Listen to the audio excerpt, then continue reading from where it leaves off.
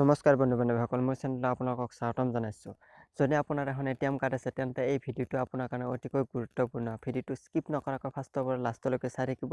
A to Z জনাই দিম। যদি আপুনি মোৰ চেনেলটো নতুনকৈ আহিছে তেন্তে মোৰ চেনেলটো ছাবস্ক্ৰাইব কৰি কাষতে থকা বেল আইকনটো টিপি দিব।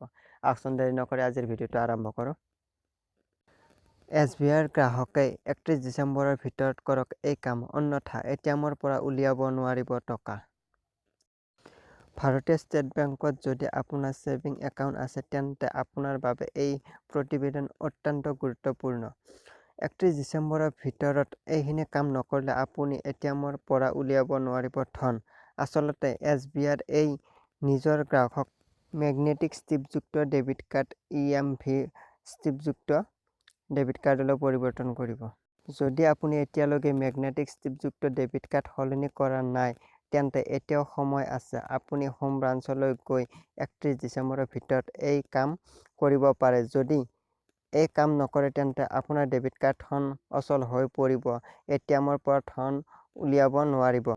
বেংকে টুইটযোগে প্ৰকাশ কৰিছে যে যিসকল গ্ৰাহকৰ ওচৰত পুৰণি মেগনেটিক ডেবিট কাৰ্ড আছে শীঘ্ৰে সলনি কৰিব লাগিব। ইয়াৰ সলনি গ্ৰাহকে EMV চিপযুক্ত ডেবিট কাৰ্ড ল'ব লাগিব।